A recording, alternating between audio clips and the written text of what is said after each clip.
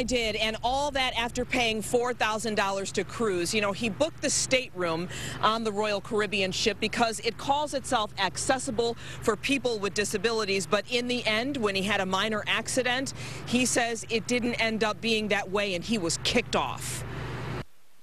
Had been a frustrated nudist all my life, and finally figured that before I exit this Vale of Tears, I'm going to give it a try and see if it's as good as they say it was. 10 days of sailing through the Caribbean in the buff. It was on Jim Kexney's bucket list, but he says a small accident in the bathroom caused him to be kicked to the curb. They used that as an excuse to take me to the doctor and say that you're not fit to travel the rest of the time yourself. In a letter sent to Jim's attorney, Richard Bernstein, Royal Caribbean states that the fall made them feel like Jim is an invalid in need of 24-hour care and had to go. So after only 4 days on board, he was put off in Guadeloupe, went through Haiti, then Miami, then back to Detroit. A very threatening letter saying that, you know, if we move against them, that they're going to pursue us for legal fees and legal costs, and just very threatening, very bombastic, very bullying.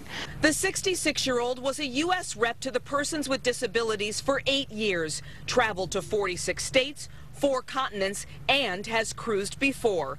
Jim just wants his money back, but his attorney, who happens to be blind, sees an opportunity to make sure the cruise line is safe for others. There was an issue with the fact that he had a hard time using the restroom, and the reason is that it wasn't designed correctly. They were operating a vessel which was not ADA compliant. Had the vessel been ADA compliant and designed the way that U.S. law dictates it needs to be designed, none of these issues and none of these problems would have ever arisen.